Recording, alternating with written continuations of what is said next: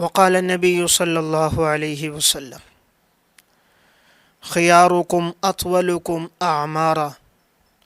واحسنکم اعمالا رواہ احمد فی مسندہ۔ نبی اکرم صلی اللہ علیہ وسلم نے ارشاد فرمایا، تم میں سب سے بہترین انسان وہ ہے کہ جس کی عمر طویل ہو تو اس کے نیک اعمال بھی زیادہ ہوں۔ تو گفتگو چل رہی تھی کہ نگاہ نبوت میں بہترین انسان کون ہے، تو ساتواں خوش قسمت انسان وہ ہے کہ آپ صلی اللہ علیہ وسلم نے فرمایا جسے اللہ تعالیٰ نے عمر دی، تو عمر جتنی طویل ہوتی جا رہی ہے، عمر بڑھتی جا رہی ہے، تو اس کے نیک اعمال بھی بڑھتے جائیں۔ خدا نہ خواستہ ایسا نہ ہو کہ عمر بڑھ رہی ہے، گناہ بڑھ رہے ہیں، قبر کی طرف جا رہا ہے اور معصیت بھی کثرت سے کر رہا ہے، ایسا نہ ہو، بلکہ جتنی عمر بڑھے توجہ اللہ، رغبت اللہ، آخرت کی طرف توجہ بڑھتی جائے۔ عموماً انسان کی عمر بڑھتی ہے تو دو چیزوں کا شوق بڑھ جاتا ہے۔ نبی اکرم صلی اللہ علیہ وسلم نے فرمایا، یحرم ابن آدم ویشب منہ اثنتان الحرص علی المال والحرص علی العمر۔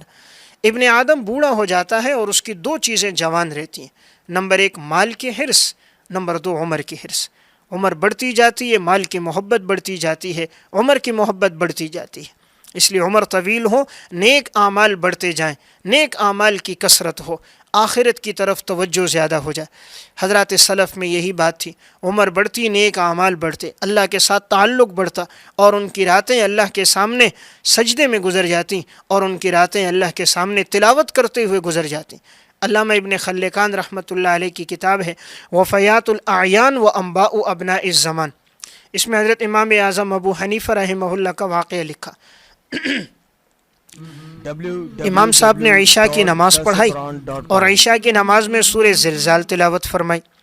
سورہ زلزال میں ہے فَمَن يَعْمَلْ مِثْقَالَ ذَرَّةٍ خَيْرًا يَرَهُ وَمَن يَعْمَلْ مِثْقَالَ ذَرَّةٍ شَرًّا يَرَهُ، کہ جو انسان رائی کے دانے کے برابر خیر عمل کرے گا تو اللہ کے ہاں اس کا بھی بدلہ پائے گا، اور جو اگر رائی کے دانے کے برابر کوئی برا عمل کرے گا اللہ کے ہاں اس کا بدلہ بھی پائے گا۔ امام ابو حنیفہ نے یہ آیتیں سنی، امام صاحب نے نماز ختم کر دی تو آپ ایک کونے میں کھڑے ہو گئے، 2 رکعت نفل نماز کی نیت باندھ لی۔ مسجد کے خادم کہتے ہیں میں انتظار میں تھا اب نماز ختم ہو تاکہ میں دیا بجھا دوں اور مسجد کا دروازہ بند کر دوں۔ کافی دیر انتظار کرتا رہا لیکن آپ نوافل میں تھے، کافی دیر انتظار ہوئی لیکن آپ نے رکوع نہ کیا، مسلسل قیام میں اور تلاوت کر رہے ہیں۔ آخر کہتے ہیں میں چلا گیا، اور جب میں فجر کی اذان کے لیے دوبارہ آیا تو میں نے کیا دیکھا، امام اعظم ابو حنیفہ اسی جگہ کھڑے ہیں اور یہ آیت پڑھ رہے ہیں فَمَن يَعْمَلْ مِثْقَالَ ذَرَّةٍ خَيْرًا يَرَهُ، کہ جو انسان رائی کے دانے کے برابر نیک عمل کرے گا اللہ کے ہاں اس کا بدلہ بھی پائے گا، اور جو رائی کے دانے کے برابر وَمَن يَعْمَلْ مِثْقَالَ ذَرَّةٍ شَرًّا يَرَهُ برا عمل کرے گا اس کا بدلہ بھی پائے گا۔ تو گویا ساری رات ان آیات کو دہراتے دہراتے اللہ کے سامنے آنسو بہاتے بہاتے گزر گئی۔ تو بہترین انسان وہ ہے جس سے اللہ نے عمر دی تو یہ عمر اس کی گزر جائے اللہ کے سامنے تلاوت میں، عبادت میں، ریاضت میں، نیک اعمال میں گزرے، وہ اپنے آپ کو گناہوں سے بچا دے۔ اس لیے کہ جب گناہ ہوتے ہیں تو اللہ دل سے اپنی محبت نکال دیتا ہے،